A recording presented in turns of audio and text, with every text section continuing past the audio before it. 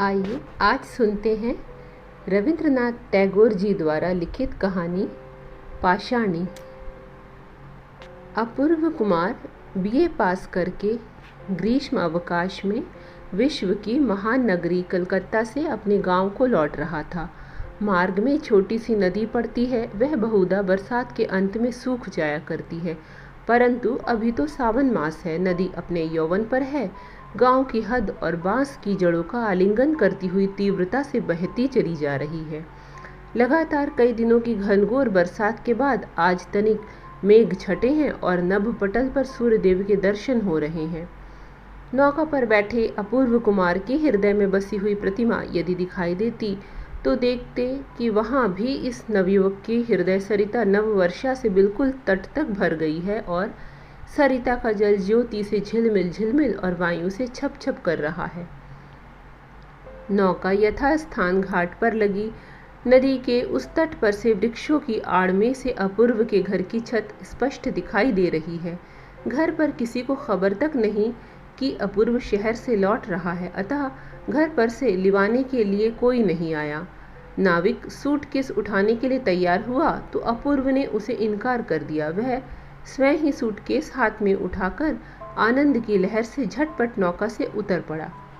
उतरते ही घाट पर फिसलन थी। सूटकेस सहित वह दलदल में गिर पड़ा और ज्यों ही गिरा त्यों ही ना जाने किधर से एक मोटी ऊंची हास लहरी ने आकर समीप के पीपल पर बैठी हुई चिड़ियों को उड़ा दिया।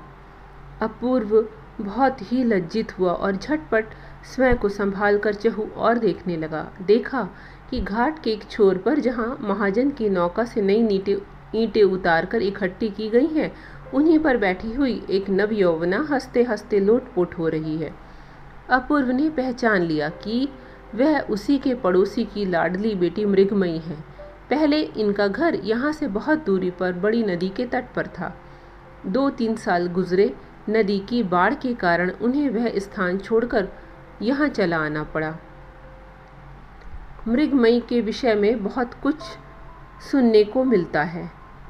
ग्रामीणवासी पुरुष तो इसे स्नेह के स्वर में पगली कहकर पुकारते हैं, लेकिन उनकी घरवालियाँ उसके उच्चंड स्वभाव से सदा त्रस्त, चिंतित और शंकित रहा करती हैं। गांव के छोकरों के साथ ही उसका खेल होता है, क्योंकि समवयस्क लड़कियों के प्रति उसकी अवज्ञा की सीमा नहीं।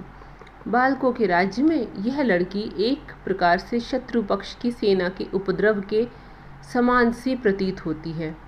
पिता की लाडली बिटिया ठहरी और इसीलिए वह इतनी निर्भय रहती है। वास्तव में इस विषय में मृगमयी की माँ अपनी सहेलियों के आगे हर समय अपने पति के विरुद्ध फरियाद किया ही करती है, मगर फिर भी यह सोचकर कि पिता बेटी को लाड़ करते हैं और जब ये अवकाश के समय घर रहते हैं तो मृगमयी के नेत्रों के अश्रु उनके हृदय पटल पर बहुत ही आघात पहुंचाते हैं।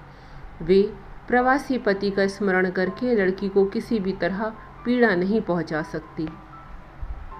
मृगमयी का रंग देखने में अधिक साफ नहीं है। छोटे छोटे घुंघराले केश पीठ पर आच्छादित रहते हैं। चेहरे पर बिल्कुल बचपना छाया रहता है। बड़ी बड़ी कजरारी आंखों में ना तो लज्जा है, ना भय और ना हाव भाव में किसी प्रकार का संशय। वह लंबी, परिपुष्ट, स्वस्थ और सबल है। उसकी आयु अधिक या कम, यह प्रश्न किसी के मन में उठता ही नहीं। यदि उठता तो ग्रामीण पड़ोसी इस बात पर माँ बाप की निंदा करते कि अभी तक यह कुंवारी ही फिर रही है। जब कभी गांव के विदेशी जमींदार की नौका आकर घाट पर लगती है तो उस दिन ग्रामीणवासी उनकी आवभगत में घबरा से जाते हैं।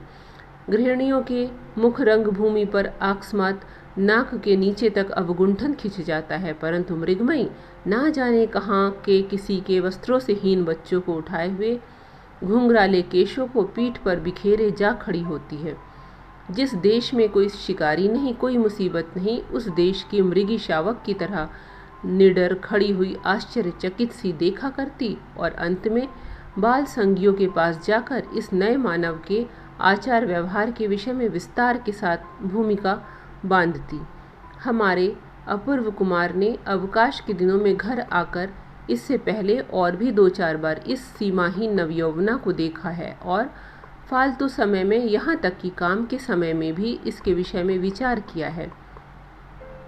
इस धरा पर बहुत से चेहरे देखने में आते हैं, पर कोई कोई चेहरा ऐसा होता है कि ना कुछ कहना ना सुनना, चट से मन के भीतर जाकर ऐसा बस जाता है कि उसे निकालना मुश्किल हो जाता है। केवल सौंदर्य के कारण ही ऐसा होता है, सो बात नहीं, वह तो कुछ और ही है। संभवतः वह है स्वच्छता। अधिकांश चेहरों पर मानव प्रकृति पूरी तौर से अपनी ज्योति से नहीं जगमगा पाती। जिस चेहरे पर हृदय के कोने में छिपा हुआ वह रहस्यमय व्यक्ति बिना रुकावट के बाहर निकलकर दिखाई देता है, वह चेहरा सैकड़ों हजारों में छिपता नहीं, पल भर में हृदय पटल पर अंकित हो जाता है। इस लड़की के चेहरे पर, आंखों पर एक चंचल और उच्चंड नारी प्रकृति सदैव स्वच्छंद और वन के दौड़ते हुए हिरन की तरह दिखाई देती रहती है। इसीलिए ऐसे सलोने चंचल मुख को एक बार देख लेने पर फिर सहज में वह भुलाए नहीं भूलता। मृगमय की कौतूहलता से भरी हास्य ध्वनि चाहे कितनी ही मृदु क्यों न हो, लेकिन अभागे अपूर्व के लिए वह तनिक कुछ दुखदाई ही साबित हुई। मारी लज्जा के उसका चेहरा सुर्ख हो उठा और हाथ का सूटकेस झटपट नाविक के हाथ में सौंपकर वह शीघ्रता से अपने घर की ओर चल दिया। नदी का किनारा, वृक्षों की छाया, पक्षियों की मृदु कलरव, प्रभात की मीठी मीठी धूप और 20 वर्ष की अवस्था। कतिपय ईंटों का ढेर, ऐसा कुछ खास उल्लेख योग्य नहीं, पर उस पर जो मानवी बैठी थी उसने उस शुष्क और नीरस आसन पर भी एक प्रकार का मूक सौंदर्य का भाव फैला रखा था। छी छी, ऐसे दृश्य के मध्य में प्रथम पग उठाते ही जिसका सारा का सारा व्यक्तित्व प्रहसर में परिवर्तित हो जाए, उसके भाग्य की इससे बढ़कर निष्ठुरता और क्या हो सकती है। ईंटों के ढेर से बहती हुई हंसी की तरंग सुनते सुनते वृक्षों की छाया के नीचे दलदल में सनी निम्न दुकुल सूटकेस लिए हुए श्रीयुत अपूर्व जी किसी तरह अपने घर पहुंचे। अकस्मात ही बेटे के पहुंच जाने से विधवा मां मारे उल्लास के फूली न समाई। उसी समय खोया दूध, दही, बढ़िया मछली की तलाश में दूर पास सब स्थानों पर आदमी दौड़ाए गए और पास पड़ोस में भी एक प्रकार की हलचल सी पैदा हो गई। भोजन की समाप्ति पर माँ ने बेटे के आगे ब्याह का प्रस्ताव छिड़ा। अपूर्व इसके लिए तैयार था ही, कारण यह प्रस्ताव बहुत पहले से ही पेश था। केवल अपूर्व तनिक कुछ नई रोशनी के चक्कर में आकर हट कर बैठा था कि बीए पास किए बिना विवाह हरगिज नहीं कर सकता। अब तक उसकी माँ उसके पास होने की राह देख रही थी, तो अब किसी प्रकार की आपत्ति उठाने के मायने है कि झूठी बहानेबाजी। अपूर्व ने कहा, पहले लड़की तो देखो, फिर देखा जाएगा। माँ ने उत्तर दिया, लड़की वड़की सब देखी जा चुकी है, उसके लिए तुझे फिक्र करने की ज़रूरत नहीं है। किंतु अपूर्व उसके लिए स्वयं ही फिक्र करने के लिए उद्यत हो गया। बोला, लड़की बिना देखे मैं विवाह नहीं कर सकता। माँ सोच में पड़ गई।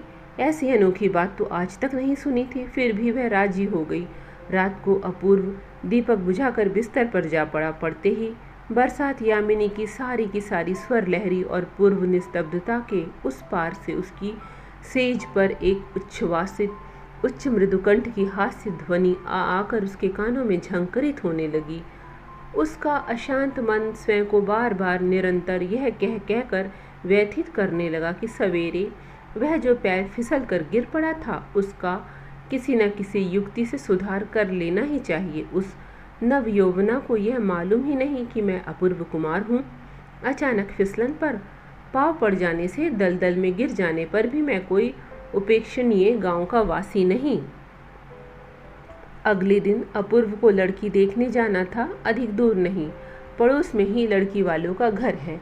तनिक कुछ कोशिश करने के बाद ही कपड़े बदन पर डाले, धोती और दुपट्टा जोड़कर, रेशमी अचकन, सिर पर अमीरी रंग की गोल पगड़ी और पैरों में बढ़िया चमकते हुए जूते पहनकर, रेशमी कपड़े की बढ़िया छतरी हाथ में लटकाए वह सवेरे ही चल दिया। भाभी ससुराल में घुसते ही वहाँ कोलाहल सा मच गया। अंत में यथा समय कंपित हृदय को झाड़ पोंछ कर, रंग वंग कर, जूड़े में गोटे आदि लगाकर, एक पतली रंगीन साड़ी में लपेट कर उसे भावी पति के सामने लाया गया। आगंतुका एक कोने में लगभग घुटनों तक माथा झुकाए चुपचाप जड़ वस्तु सी बैठी रही और उसके पीछे धैर्य बंधाए रखने के लिए खड़ी एक अधेड़ अवस्था की दासी।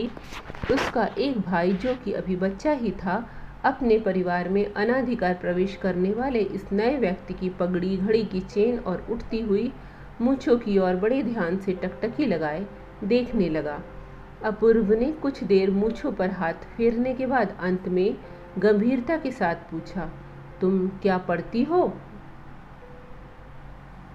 आभूषणों के भार से दबी हुई लज्जा की गठरी में से उसे अपने प्रश्न का कोई भी उत्तर नहीं मिला। 2-4 बार पूछे जाने पर और अधेड़ दासीदारा पीठ पर बारंबार धैर्य की थपकियां पड़ने के बाद लड़की ने बहुत ही धीमे स्वर में शीघ्रता के साथ एक ही सांस में कहकर छुट्टी पा ली। कन्या बोधिनी दूसरा भाग, व्याकरण सार, भूगोल, अंकगणित और भारत का इतिहास। इतने में बाहर किसी की तेज चलने की धम धम की आवाज़ सुनाई दी और दूसरे ही क्षण दौड़ती, हाँफती और पीठ पर केशों को हिलाती हुई मृगमयी वहां पर आ धमकी। उसने अपूर्व की ओर आंख उठाकर देखा तक नहीं, सीधी उस भावी वधू के भाई राखाल के पास पहुंची और उसके कोमल हाथ को पकड़कर खींचना शुरू कर दिया। राखाल उस समय भावी वधू को देखने में लीन था। वहां से वह किसी तरह से टसमस नहीं हुआ। दासी अपने संयत कंठ की मृदुता की भरसक रक्षा करती हुई यथासाध्य तीव्रता के साथ मृगमयी को धिक्कारने लगी। अपूर्व अपनी सारी की सारी मौनता और यश को एकत्रित करके पगड़ी बंधे माथे को ऊंचा करके बैठा रहा और उदर के पास लटकती हुई घड़ी की चेन को हिलाने लगा। अंत में मृगमयी ने जब देखा कि उसका साथी किसी भी तरह विचलित नहीं हो रहा, तब उसने उसकी कमर पर जोर का मुक्का जमा दिया और लगे हाथों भावी वधू के माथे का अवगुंठन उधाड़ कर वह आंधी वेग के समान जिस प्रकार आई थी उसी प्रकार भाग गई। दासी मन मार कर रह गई और भीतर ही भीतर घुमड़ कर गरजने लगी। राखाल अचानक अवगुंठन के हट जाने से एकाएक खिलखिला पड़ा। इस खुशी में कमर पर पड़े मुक्के की चोट को भी उसने महसूस नहीं किया, कारण ऐसा लेन देन अक्सर हुआ ही करता था। इससे किसी प्रकार की आज नवीनता नहीं थी। इसके लिए यह एक दृष्टांत ही बहुत है। एक दिन की बात है, मृगमयी के केश तक पीठ तक बड़े थे। राखाल ने अचानक पीछे से आकर कैंची से उसके बाल काट दिए। इस पर मृगमयी को बहुत क्रोध आया और उसने चट से राखाल के हाथ से कैंची छीनकर अपने शेष केश बड़ी निर्दयता से कतर कतर कर उसके मुख पर दे मारे। मृगमयी के घुंघराले केशों के गुच्छे डाली से गिरे हुए काले अंगूरों के गुच्छों की तरह धरा पर गिर पड़े। इन दोनों में शुरू से ही इसी प्रकार की प्रणाली प्रचलित थी। इसके बाद वह शांत सभा अधिक देर तक न चल सकी। गठरी सी बनी भावी वधू अपने को बड़ी कठिनता से लंबी बनाकर दासी के साथ घर के भीतर चली गई। अपूर्व अपनी मूंछों पर हाथ फेरता हुआ उठ खड़ा हुआ। बाहर जाकर देखा कि उसका बढ़िया नया जूता वहां से गायब है। बहुत प्रयत्न करने पर भी इस बात का पता नहीं लगा कि जूते कौन ले गया और कहाँ गए। घर वाले सभी बड़े परेशान से हुए और अपराधी के नाम पर अपशब्दों की बौछार होने लगी।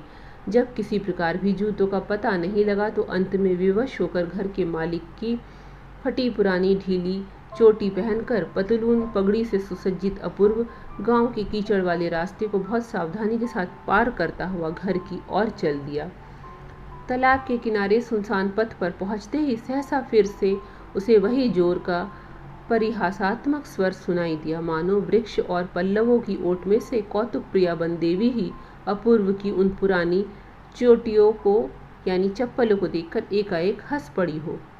अपूर्व कुछ लज्जित सा होकर ठिठक पड़ा और इधर उधर दृष्टि फेंक कर देखने लगा। इतने में सघन झाड़ियों में से निकलकर किसी निर्लज्ज अपराधिनी ने उसके सामने नए जूते रख दिए और चट से बाहर जाने के लिए उद्यत हुई कि अपूर्व ने उसके दोनों हाथ पकड़कर अपनी कैद में ले लिया। मृगमयी ने यथाशक्ति टेढ़ी तिरछी होकर पूरी शक्ति का प्रयोग करके भागने का बहुत प्रयत्न किया, लेकिन सब व्यर्थ।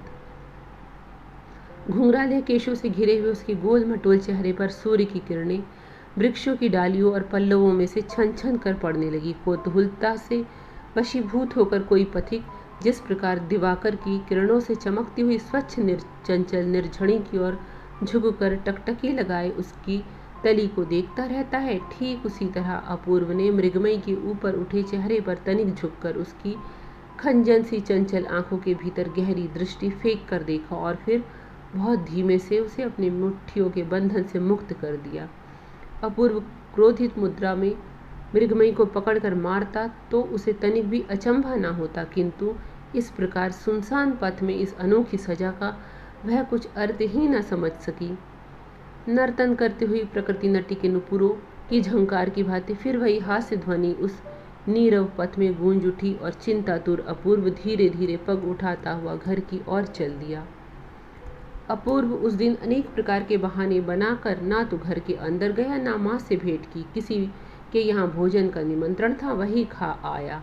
अपूर्व जैसा पढ़ा लिखा और भावुक युवक एक मामूली पढ़ी लिखी लड़की के मुकाबले अपने छिपे हुए गौरव का बखान करने और उसे आंतरिक महत्ता का पूर्ण परिचय देने के लिए क्यों इतना आतुर हो उठा, यह समझना बहुत कठिन है।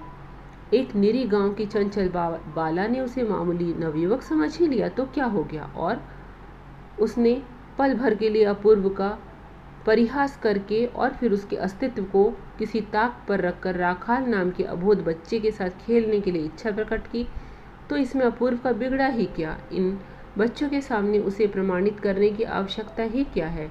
वह विश्वदीप मासिक पत्र में पुस्तकों की समालोचना लिखा करता है और उसने सूटकेस में एसेंस जूते, रूबिनी के कैम्फर, पत्र लिखने के रंगीन कागज और हारमोनियम शिक्षा पुस्तक के साथ एक पूरी लिखी हुई प्रेस कॉपी यामिनी के गर्भ में भावी उषा की तरह प्रज्वलित होने की राह देख रही है, पर मन को समझना कठिन है। कम से कम इस देहाती चंचल लड़की के सामने श्री अपूर्व कुमार BA हार मानने के लिए किसी प्रकार भी तैयार नहीं। संध्या को अपूर्व जब घर के भीतर पहुंचा तो उसकी माँ ने पूछा, क्यों रे, लड़की देखाया, कैसी है, पसंद है ना? अपूर्व ने कुछ लजाते हुए उत्तर दिया, हाँ देख तो आया माँ, उनमें से मुझे एक ही लड़की पसंद है। माँ ने तनिक आश्चर्यचकित स्वर में पूछा, तूने कितनी लड़कियां देखी थी वहाँ?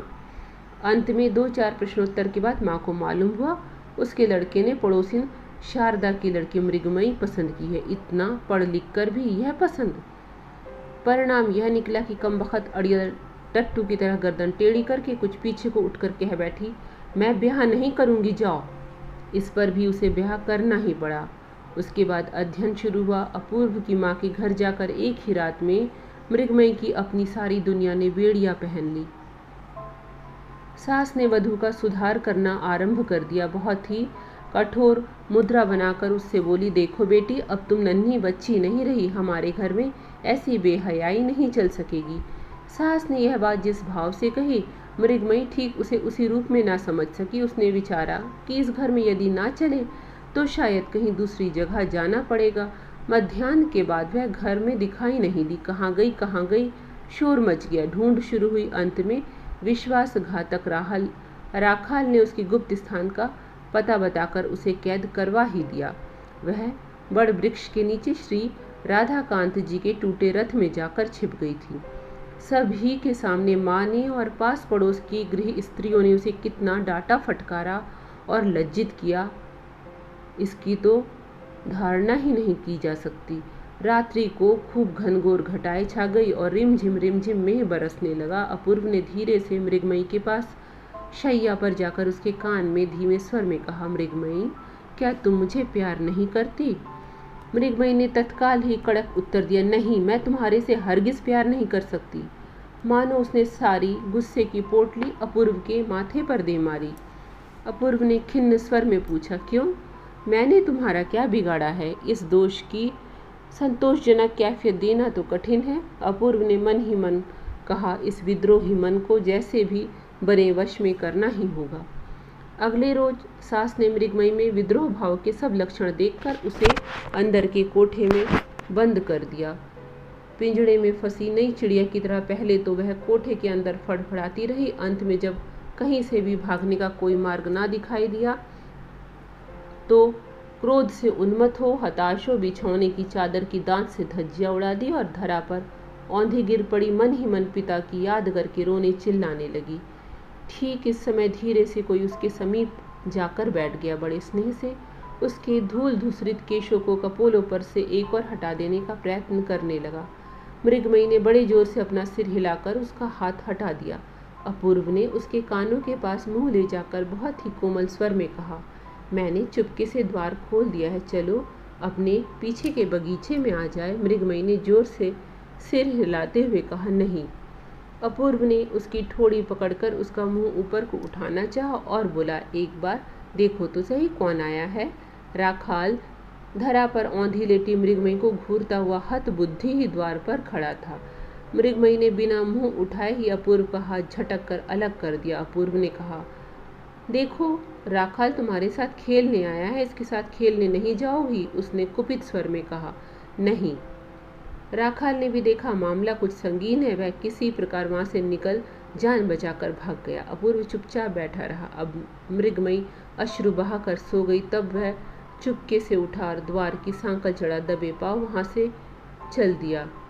इसके अगले ही रोज मृगमयी को पिता की एक चिट्ठी मिली। उसमें उन्होंने अपनी प्राण प्यारी बेटी मृगमयी के ब्याह में न आने के कारण विलाप करके अंत में नव दंपत्ति को शुभ आशीष दिया था। मृगमयी ने सास माँ के पास जाकर कहा, मैं पिताजी के पास जाऊंगी। सास माँ ने अनायास ही वधू की इस असंभव प्रार्थना को सुनकर उसे फटकार दिया। बोली, पिता का कहीं ठौर ठिकाना भी है कि ऐसे ही पिताजी के पास जाएगी? तेरा तो हर काम दुनिया से निराला ही है। लाड़ मुझे पसंद नहीं। वधू ने कोई उत्तर नहीं दिया। अपने कमरे में जाकर उसने भीतर से द्वार बंद कर लिया और बिल्कुल निराश मानव जिस प्रकार देवी देवताओं से प्रार्थना करता है उस तरह वह कहने लगी, पिताजी तुम मुझे ले जाओ यहाँ से, यहाँ मेरा कोई नहीं है, मैं यहाँ जीवित न रह सकूंगी। अधिक रात चले जाने पर जब उसके पति निद्रा में खो गए तब वह चुपके से द्वार खोलकर बाहर चल दी। वास्तव में बीच बीच में मेघों की गर्जन सुनाई देती थी, फिर भी बिजली की रोशनी में रास्ता दिखाई देने लायक काफ़ी रोशनी थी। पिताजी के पास जाने के लिए कौन से रास्ते को पकड़ना चाहिए, मृगमयी को कुछ भी पता ना था। उसे तो केवल इतना ही विश्वास था कि जिस रास्ते से पत्रवाहक डाक लेकर जाते हैं उसी मार्ग से दुनिया के किसी भी ठिकाने पर पहुंचा जा सकता है। मृगमयी भी उसी रास्ते पर चलती रही। चलते चलते उसके शरीर का चूरा हो गया। रात्रि का लगभग अंतिम पहर भी खत्म हो चला। सुनसान वन में जबकि दो चार पक्षी पंख हिला हिलाकर अनिश्चित स्वर में बोलना चाहते थे और समय का पूर्ण निर्णय न कर सकने के कारण दुविधा में फंस चुप रह जाते थे, उस समय मृगमयी सड़क के किनारे नदी के तट पर के बाजार में पहुंची। इसके बाद वह विचार कर रही थी कि अब किस और चलना चाहिए। इतने में उसे परिचित झमझम शब्द सुनाई दिया। थोड़ी देर में कंधे पर चिट्ठियों का थैला लटकाए हाफता हुआ पत्रवाहक आ पहुंचा। मृगमयी जल्दी से उसके पास जाकर करुण स्वर में बोली, कुशीगंज में पिताजी के पास जाऊंगी, तुम मुझे साथ ले चलो ना। उसने उत्तर दिया, कुशीगंज कहाँ है इसका मुझे नहीं मालूम। छोटा सा उत्तर देकर वह घाट पर जा पहुंचा और घाट पर बंधी हुई डाक की नौका में बैठकर नाविक को जगाकर नौका खुलवा दी। उस समय उसे किसी पर दया करने या पूछताछ करने की फुर्सत नहीं थी। देखते देखते बाजार और घाट सजग हो गए। मृगमयी ने घाट पर पहुंचकर एक नाविक से कहा, मुझे कुशीगंज पहुंचा सकोगे? उस नाविक ने उत्तर देने से पहले ही बगल की नौका पर से कोई बोल उठा, अरे कौन है मृगी बिटिया, तू यहाँ कैसे आई? मृगमयी ने व्यग्रता से उत्तर दिया, बनमाली मैं पिताजी के पास कुशीगंज जाऊंगी, तू अपनी नौका पर मुझे ले चल। बनमाली उसके गांव का ही नाविक था। वह उस उच्छृंखल मानवी को भली भांति पहचानता था। उसने पूछा, बाबूजी के पास जाएगी बिटिया? बड़ी अच्छी बात है, चल मैं तुझे पहुंचा दूं। मृगमयी नौका पर जा बैठी। नाविक ने नौका छोड़ दी। मेघों ने अश्रु बहाना शुरू कर दिया। सावन भादों के समान पूरी चढ़ी हुई नदी के थपेड़े नौका को जोर से हिलाने लगे। मृगमयी का सारा शरीर थकावट और नींद के मारे टूटने से लगा। आंखें नींद से बोझिल हो गई और वह आंचल बिछाकर लेट गई और लेटते ही सो गई। आंख खुली तो देखा वह अपनी ससुराल में पड़ी सो रही है। उसे जगते देखकर मेहरी बड़बड़ाने लगी। उसका बड़बड़ाना सुनकर सास माँ भी वहां आ पहुंची और जो मन में आया वह कहा। मृगमयी आंखें फाड़ फाड़ कर शांत हो उनके मुख की ओर देखती रही। अंत में सास माँ ने भी जब उसके पिता की शिक्षा पर व्यंग करना शुरू कर दिया तब मृगमयी ने जल्दी से उठ बगल की कोठरी में घुसकर अंदर से द्वार बंद कर लिया।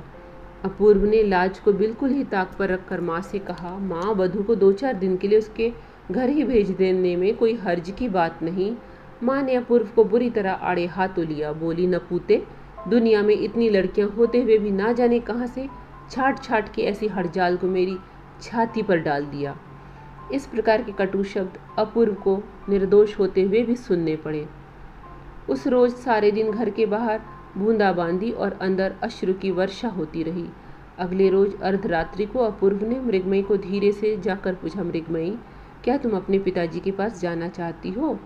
मृगमयी ने चौंक कर जल्दी से अपूर्व का हाथ पकड़कर कृतज्ञ कंठ से उत्तर दिया, हाँ।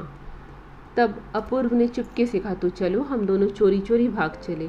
मैंने घाट पर नौका प्रबंध कर रखा है।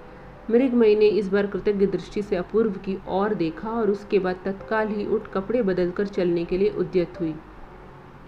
अपूर्व ने माँ को किसी प्रकार की फिक्र ना हो इसीलिए एक पत्र लिखकर रख दिया और रात्रि के नीरव पहर में घर से निकल पड़े। मृगमयी ने उस नीरव और शांत अंधेरे में पहली ही बार अपने मन से पूर्ण अवस्था और विश्वास के साथ पति का हाथ पकड़ा।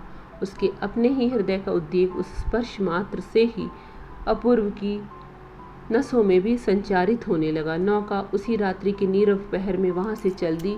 अकस्मात खुशी के होते हुए भी मृगमयी को बहुत जल्दी ही नींद ने आ दबोचा। अगले रोज आनंद ही आनंद था। दोनों ओर कितने ही बाजार, खेत और जंगल दिखाई दे रहे थे। इधर उधर कितनी ही नौकाएं आ जा रही थी। मृगमयी उन्हें देखकर पूछने लगी, उस नौका पर क्या है? ये लोग कहाँ से आ रहे हैं? इत्यादि इत्यादि। अपूर्व ने कभी कॉलेज की किताबों में कहीं नहीं पढ़े थे। उसके कलकत्ता जैसी महानगरी के तजुर्बे के बाहर थे मृगमयी के ये सवाल। फिर भी उसके मन को संतुष्ट करने के लिए उसने जो भी उत्तर दिए वे सब मृगमयी को बहुत अच्छे लगे। दूसरी संध्या को नौका कुशीगंज के घाट पर जा लगी। पास में ही टीन के एक छोटे से झोपड़े में मैली सी धोती बांधे, कांच की भद्दी लालटेन जला, छोटे से डेस्क पर एक चमड़े की जिल्द वाला बड़ा सा रजिस्टर रखकर नंगे बदन स्टूल पर बैठे ईशान चंद्र कुछ लिख पढ़ रहे थे। इसी समय इस नवदंपति ने झोपड़े में प्रवेश किया। मृगमयी ने पुकारा, पिताजी। उस झोपड़े में आज तक ऐसी मृदु ध्वनि इस प्रकार से पहले और कभी नहीं सुनाई दी थी। ईशान चंद्र के नेत्रों से टप टप आंसू गिरने लगे। उस समय वे निश्चय न कर सके कि उन्हें क्या करना चाहिए। उनकी बिटिया और दामाद मानो साम्राज्य के युवराज और युवरानी हैं।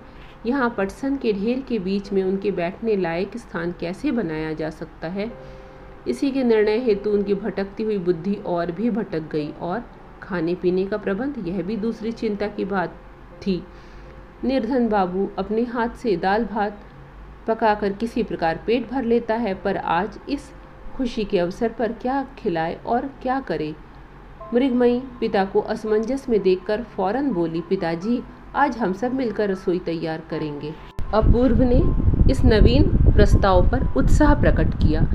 इस छोटी सी झोपड़ी में स्थान की कमी, आदमी की कमी और अन्न की बहुत कमी थी, लेकिन छोटे से छिद्र में से जिस प्रकार फव्वारा चौगुने वेग से छूटता है, उसी प्रकार निर्धनता के सूक्ष्म सुराग से खुशी का फव्वारा तीव्रता से छूटने लगा। इसी प्रकार 3 दिन बीत गए। दोनों समय नियमित रूप से स्टीमर आता, यात्रियों का आना जाना और शोरगुल सुनाई देता था। लेकिन संध्या के समय नदी का तट बिल्कुल सुनसान हो जाता था। तब अपूर्व एक अनोखी स्वतंत्रता का अनुभव किया करता। तीनों मिलकर कहीं कहीं रसोई तैयार किया करते थे। उसके बाद नई नई चूड़ियों से भरे हाथों से उसका परोसा जाना, श्वशुर और जमाता का सम्मिलित रूप से भोजन करना और नई गृहिणी के भोजन की त्रुटियों पर परिहास किया जाना, इस पर मृगमयी का अभिमान करना, इन सब बातों से सबका मन पुलकित हो उठता था। अंत में अपूर्व ने कहा कि अब अधिक दिन ठहरना उचित नहीं। मृगमयी ने कुछ और दिन ठहरने की प्रार्थना की, लेकिन ईशान बाबू ने कहा, नहीं, अब नहीं। विदा बेला पर बिटिया को छाती से लगा। उसके माथे पर स्नेह सिंचित हाथ को रखकर अश्रु मिश्रित स्वर में ईशान चंद्र ने कहा, बिटिया, तू अपनी ससुराल में ज्योति जगाना, लक्ष्मी बनकर रहना, जिससे मेरे में कोई दोष ना निकाल सके। मृगमयी अश्रु बहाती हुई अपने पति के साथ विदा हो गई और ईशान बाबू अपनी उसी झोपड़ी में लौटकर उसी पुराने नियम के अनुसार अपने दिन बिताने लगे। दोनों अपराधियों की युगल जोड़ी अब घर पहुंची तो माँ गंभीर बनी रही, किसी से कुछ बात नहीं की। माँ की ओर से किसी के व्यवहार में कोई दोष ही प्रदर्शित नहीं किया गया कि जिसकी सफाई के लिए दोनों में से कोई कुछ प्रयत्न करता। इस शांत अभियोग ने, इस मूक अभियान ने पर्वत की तरह सारी घर गृहस्थी को अटल होकर दबा रखा। जब यह सहन शक्ति से बाहर की बात हो गई तो अपूर्व ने कहा, माँ कॉलेज खुल गया है, अब मुझे कानून पढ़ने जाना है। माँ ने कुछ उदासीनता प्रकट करते हुए कहा, बहू का क्या करोगे? अपूर्व ने कहा, यहीं रहेगी। माँ ने उत्तर दिया, ना बेटा, यहाँ पर उसकी जरूरत नहीं, उसे तुम अपने साथ ही लेते जाओ। अपूर्व ने अभिमान पीड़ित स्वर में कहा, जैसी इच्छा। कलकत्ता लौटने की तैयारी माँ करने लगी। लौटने के एक दिन पहले रात को अपूर्व जब अपने कमरे में विश्राम के लिए गया तो देखा मृगमयी शैया पर पड़ी रो रही है। अनायास ही उसके हृदय को चोट पहुंची। व्यक्त स्वर में बोला, मृगमयी, मेरे साथ महानगरी चलने को मन नहीं चाहता क्या? मृगमयी ने उत्तर दिया, नहीं। अपूर्व ने पुनः पूछा, क्या तुम मुझसे प्रेम नहीं करती? इस प्रश्न का कुछ भी उत्तर ना मिला। अपूर्व ने प्रश्न किया, राखाल को छोड़कर यहाँ से चलने की इच्छा नहीं होती है क्या? मृगमयी ने बड़ी सुगमता से उत्तर दिया, हाँ। इसे सुनकर बीए पास अपूर्व के हृदय में सुई के बराबर बालक राखाल की ओर से ईर्ष्या का अंकुर उठ खड़ा हुआ। बोला, बहुत दिनों तक गांव नहीं लौट सकूंगा, शायद 2-2.5 साल या इससे भी अधिक लग जाए। इसके विषय में कुछ न कहकर मृगमयी बोली, वापस आते समय राखाल के लिए बढ़िया सा राजस चाकू लेते आना। अपूर्व लेटे हुए था, तनिक उठकर बोला, तो तुम यहीं रहोगी? मृगमयी ने उत्तर दिया, हाँ, अपनी माँ के पास जाकर रहूंगी। अपूर्व ने ठंडी सी उच्छ्वास छोड़ी, बोला, अच्छा, वहीं रहना। अब जब तक तुम बुलाने की चिट्ठी नहीं लिखोगी मैं नहीं आऊँगा। अब तो खुश हो ना? मृगमयी ने इस प्रश्न का उत्तर देना व्यर्थ समझा और सोने लगी, किंतु अपूर्व को नींद नहीं आई। रात्रि के अंतिम पहर में सहसा चंद्रमा दिखाई दिया और उसकी चांदनी बिस्तर पर आकर फैल गई। अपूर्व ने उस रोशनी में मृगमयी के चेहरे की ओर देखा। देखते ही देखते उसे ऐसा महसूस हुआ कि रूप कथा की शहजादी को किसी ने चांदी की छड़ी छुहाकर अचेत कर दिया हो एक बार, फिर सोने की छड़ी छुहाते ही सोती हुई आत्मा को जगाकर उससे बदली की जा सकती है। चांदी की छड़ी परिहास है और सोने की छड़ी कुंदन। भोर से पहले ही अपूर्व ने मृगमयी को जगा दिया। बोला, मृगमयी, मेरे चलने का समय आ गया है, चलो मैं तुम्हारी माँ के पास छोड़ आऊँ। मृगमयी बिस्तर से उठकर चलने के लिए तैयार हो गई। अपूर्व ने उसके दोनों हाथों को हाथ में लेकर कहा, अब एक विनती और है। मैंने कितने ही अवसरों पर तुम्हारी सहायता की है, आज परदेश जाते समय तुम मुझे उसका इनाम दे सकोगी? मृगमयी ने आश्चर्य के साथ पूछा, क्या? अपूर्व ने कहा, स्वेच्छा से केवल एक चुंबन दे दो। अपूर्व की इस अनोखी विनती और शांत चेहरे को देखकर मृगमयी हंसने लग गई और फिर बड़ी कठिनाई से हंसी को रोककर वह चुंबन देने के लिए आगे बढ़ी। अपूर्व के मुंह के पास मुंह ले जाकर उससे रहा न गया। खिलखिलाकर हंस पड़ी। इस प्रकार 2 बार किया और अंत में शांत होकर आंचल से मुंह ढककर हंसने लगी। जब कुछ न बन पड़ा तब अपूर्व ने डांटने के बहाने उसके कान खींच लिए। अपूर्व ने भी बड़ी भारी प्रतिज्ञा कर रखी थी कि वह जबरदस्ती से कभी भी मृगमयी से कुछ नहीं लेगा, क्योंकि इसमें वह अपना अपमान समझता था। अपूर्व उसे उषा की प्रथम किरणों में निर्जन पथ से उसकी माँ के घर छोड़ आया। फिर लौटकर माँ से बोला, माँ, बहुत सोच विचार कर इस निर्णय पर पहुँचा हूँ कि वधू को कलकत्ता ले जाने से पढ़ाई में बहुत नुकसान होगा और फिर उसकी वहाँ कोई साथिन भी तो नहीं है। तुम तो उसको अपने पास रखना नहीं चाहती, इसीलिए मैं उसे उसके घर छोड़ आया हूँ। इस प्रकार गर्व के चूर्ण में ही माँ पुत्र का विच्छेद हुआ। माँ के घर पहुंचकर मृगमयी को पता लगा कि अब यहाँ उसका किसी प्रकार मन ही नहीं लगता है। उस घर में जाने कौन सा परिवर्तन आ गया है कि समय काटे नहीं कटता। क्या करे, कहाँ जाए, किससे मिले, उसकी कुछ भी समझ में नहीं आया। थोड़े ही दिनों में मृगमयी को कुछ ऐसा लगने लगा कि घर बार और गांव भर में कोई आदमी ही नहीं है। अब कलकत्ता जाने को उसका मन इतना आतुर क्यों है? पहले ऐसा क्यों नहीं था? यह उलझन उसकी समझ में नहीं आई। उसने वृक्ष के शुष्क पत्ते के समान ही डंठल से गिरे हुए उस अतीत जीवन को आज अपनी इच्छा से अनायास ही दूर फेंक दिया। विधाता की खड़ग ऐसी ही सूक्ष्म है कि कब उन्होंने मृगमयी के बचपन और जवानी के बीच वार किया वह जान ही ना सकी। आज ना जाने कैसे तनिक हिल जाने से उसका बचपना जवानी से अलग जा गिरा और तब वह आश्चर्यचकित होकर देखती ही रह गई। मायके में उसकी वह चिरपरिचित कोठरी उसे अपनी नहीं मालूम पड़ी।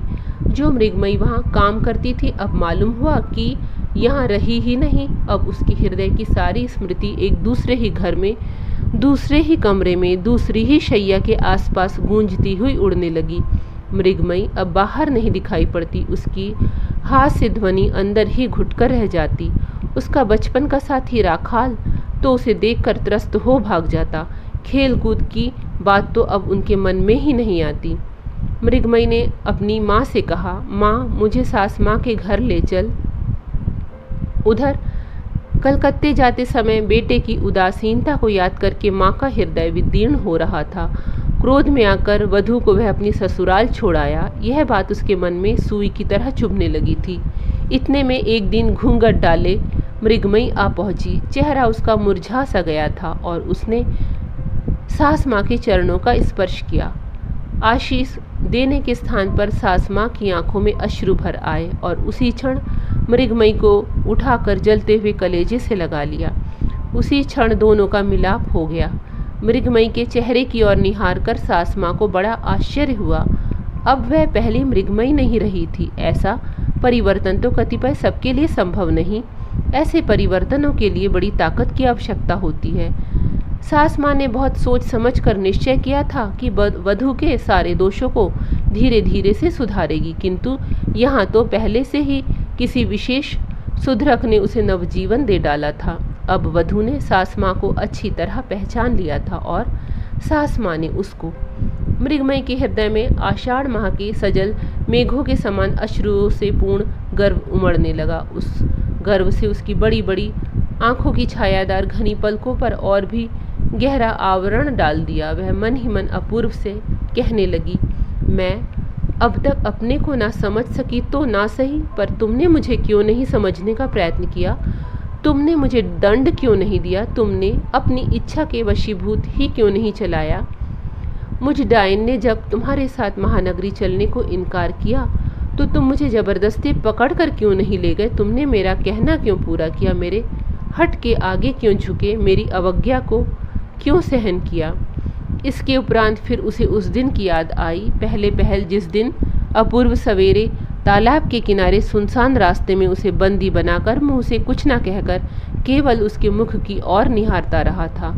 उस दिन के, उस तालाब की, उस पथ की, वृक्ष के नीचे उस छाया की, भोर की उस सुनहली धूप की, हृदय भार से झुकी हुई इस गहरी चितवन की उसे स्मृति छा गई और सहसा उसका पूरा पूरा अर्थ अब उसकी समझ में आ गया था।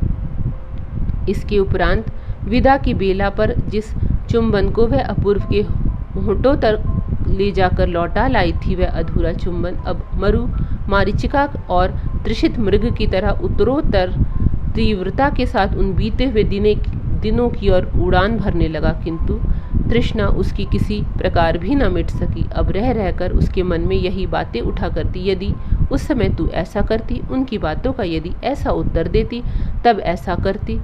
अपूर्व के मस्तिष्क में इस बात का बड़ा दुख रहा कि मृगमयी ने उसे अच्छी तरह पहचाना नहीं, और मृगमयी ने भी आज बैठे बैठे यही सोचा कि उन्होंने उसे क्या समझा होगा, क्या सोचते होंगे। अपूर्व ने उस पाषाणी, चंचल, उच्चंड, नादान लड़की उसे समझ लिया होगा। लबालब भरे हुए तरलामृत की धारा से अपनी प्रेम तृष्णा मिटाने में उसे समर्थ नवयौवना नहीं जाना। इस वेदना से, धिक्कार के मारे लज्जा से वह धारा में धसी जा रही थी और प्रियतम के चुंबन और सुहाग के उस ऋण को वह अपूर्व के तकिए को दे देकर उत्तीर्ण होने का प्रयत्न करने लगी। इसी प्रकार काफ़ी दिन बीत गए। चलते समय अपूर्व कह गया था, जब तक तुम्हारा पत्र नहीं आएगा तब तक मैं नहीं आऊँगा। मृगमयी इसी बात को याद कर कमरे का द्वार बंद कर एक दिन पत्र लिखने के लिए बैठी। अपूर्व ने जो सुनहरी किरणों के कागज दिए थे उन्हें निकालकर बैठी बैठी विचारने लगी, क्या लिखे। बड़े यत्न के बाद हाथ जमाकर टेढ़ी मेढ़ी रेखाएं अंकित कर, उंगलियों में स्याही पोत कर, छोटे बड़े अक्षरों में ऊपर संबोधन बिना किए ही एकदम लिख दिया। तुम मुझे चिट्ठी क्यों नहीं भेजते? तुम कौन हो? घर चले आओ और क्या होना चाहिए। वह सोचकर भी किसी निर्णय पर ना पहुंच सकी। अंत में उसने कुछ विचार कर लिया। अब मुझे चिट्ठी लिखना और कैसे रहते हो सो लिखना, जल्दी आना, सब अच्छी तरह है और कल हमारी काली गाय के बछड़ा हुआ है। इतना लिखकर चिट्ठी लिफाफे में बंद कर दी और फिर हृदय के प्यार से सिंचित शब्दों में लिख दिया, श्रीयुत अपूर्व कुमार रॉय। प्यार चाहे कितना ही उड़ेला गया हो, किंतु तो भी रेखा सीधी, अक्षर सुंदर और लिखावट सही नहीं हुई। लिफाफे पर नाम के सिवा और कुछ लिखना भी आवश्यक है। मृगमयी इस बात से परिचित ना थी। कहीं सास माँ यह या कोई और ना देख ले, इस भय से लिफाफे को विश्वस्त दासी के हाथ डाक में डलवा दिया। कहने की आवश्यकता नहीं कि उस पत्र का कुछ फल नहीं निकला और अपूर्व घर नहीं लौटा। माँ ने देखा कि कॉलेज बंद हो गया, फिर भी अपूर्व घर नहीं आया। सोचा अब भी वह उनसे गुस्सा है। मृगमयी ने भी समझ लिया कि अपूर्व उससे गुस्सा कर रहा है। तब वह अपने पत्र की याद करके मारे लज्जा के गड़ जाने लगी। वह पत्र उसका कितना तुच्छ और छोटा था, उसमें तो कोई बात ही नहीं लिखी गई। उसने अपने मन के भाव तो उसमें लिखे ही नहीं, फिर उनका ही क्या दोष। यह सोच साच कर वह तीर बिंधे शिकार की तरह भीतर ही भीतर तड़पने लगी। दासी से उसने बार बार पूछा, उस पत्र को तू डाक में डाल आई थी? दासी ने उसे कितनी ही बार समझाया, हाँ बहू जी, मैं खुद चिट्ठी को डिब्बे में डाल आई हूँ। बाबूजी को वह मिल भी गई होगी। अंत में अपूर्व की माँ ने मृगमयी को पास बुलाकर पूछा, बहू, वह बहुत दिनों से घर नहीं आया, मन चाहता है कि कलकत्ते जाकर उसे देख आऊं, क्या तुम साथ चलोगी? मृगमयी जबान से कुछ ना कह सकी, परंतु स्वीकृति रूप में सिर हिला दिया और अपने कमरे में जाकर तकिए को छाती से लगाकर इधर से उधर करवटें बदलकर हृदय के आवेश को दबाकर हल्की होने का प्रयत्न करने लगी और इसके बाद भावी आशंका के विषय में सोचकर रोने लगी। अपूर्व को सूचित किए बिना ही दोनों उसकी शुभकामना चाहती हुई कलकत्ता को चल दी। अपूर्व की माँ कलकत्ते में अपने दामाद के यहाँ ठहरी। उसी दिन संध्या को अपूर्व मृगमयी के पत्र की आस छोड़कर और वचन को भंग करके स्वयं ही पत्र लिखने के लिए बैठा था। तभी उसे जीजाजी का पत्र मिला कि तुम्हारी माँ आई हैं, जल्दी आकर मिलो और रात का भोजन यहीं करना। समाचार सब ठीक है। इतना पढ़ने पर भी उसका मन किसी अमंगल सूचना की आशंका कर घबरा उठा। वह तुरंत ही कपड़े बदल जीजाजी के घर की ओर चल दिया। मिलते ही उसने माँ से पूछा, माँ, सब मंगल तो है? माँ ने कहा, सब देवी की कृपा है। छुट्टियों में तू घर क्यों नहीं आया? इसीलिए मैं तुझे लेने आई हूँ। अपूर्व ने कहा, मेरे लिए इतनी तकलीफ उठाने की क्या जरूरत थी माँ, मैं तो कानून की परीक्षा के कारण। भोजन करते समय दीदी ने पूछा, भैया, उस समय भाभी को तुम साथ ही क्यों नहीं लेते आए? भैया ने गंभीरता के साथ कहा, कानून की पढ़ाई थी दीदी। जीजा ने हंसकर कहा, यह सब तो बहाना है, असल में हमारे डर से लाने की हिम्मत नहीं पड़ी। दीदी बोली, बड़े डरपोक निकले भैया, कहीं इस डर से बुखार तो नहीं चढ़ा? इस तरह हंसी मजाक चलने लगा, परंतु अपूर्व वैसे ही उदासीन बना रहा। माँ जब कलकत्ते आई तब मृगमयी भी चाहती तो वह भी कलकत्ते आ सकती थी, पाषाणी कहीं की। इस प्रकार सोचते सोचते उसे सारा मानव जीवन व्यर्थ सा प्रतीत होने लगा। भोजन के बाद बड़ी जोर की आंधी आई और बहुत तेज वर्षा होने लगी। दीदी ने कहा, भैया आज यहीं रह जाओ। अपूर्व ने कहा, नहीं दीदी, मुझे जाना ही होगा, बहुत सा काम पड़ा है। जीजा ने कहा, ऐसी रात में तुम्हें क्या काम है? एक रात को ठहर ही जाओ तो कौन सा काम बिगड़ जाएगा। बहुत कहने सुनने के उपरांत अनिच्छा से अपूर्व को उस रात दीदी के पास ठहरना पड़ा। राजी हो जाने पर दीदी ने कहा, भैया तुम थके हुए दिखाई देते हो, अब चलकर आराम कर लो। अपूर्व की यही इच्छा थी कि शैया पर अंधेरे में अकेले जाकर सो रहे तो उसकी जान बचे। बातें करना भी उसे बुरा लगता था। सोने के लिए जिस कमरे के द्वार तक उसे पहुंचाया गया, वहां जाकर देखा कि भीतर अंधकार छाया था। दीदी ने कहा, डरो मत भैया, हवा से बत्ती बुझ गई मालूम होती है, दूसरी बत्ती लिए आती हूँ। अपूर्व ने कहा, नहीं दीदी, अब उसकी आवश्यकता नहीं है, मुझे अंधेरे में ही सोने की आदत है। दीदी के चले जाने पर अपूर्व अंधकार से भरे कमरे में सावधानी के साथ शैया की ओर बढ़ा। शैया पर बैठना चाहता था कि इतने में चूड़ियों के खनकने की आवाज़ सुनाई दी और कोमल बाहुपाश में वह बुरी तरह जकड़ गया। उन्हीं क्षणों पुष्प से कोमल व्याकुल ओष्ठों ने डाकू के समान आकर अविरल अश्रुधारा के भीगे हुए चुंबनों के मारे उसे आश्चर्य प्रकट करने तक का अवसर ना दिया। अपूर्व पहले तो चौंक पड़ा, इसके बाद उसकी समझ में आया कि जो काम वह पाषाणी को मनाने के लिए अधूरा छोड़ आया था उसे आज अश्रुओं के वेग ने पूर्ण कर दिया है। ये थी आज की कहानी।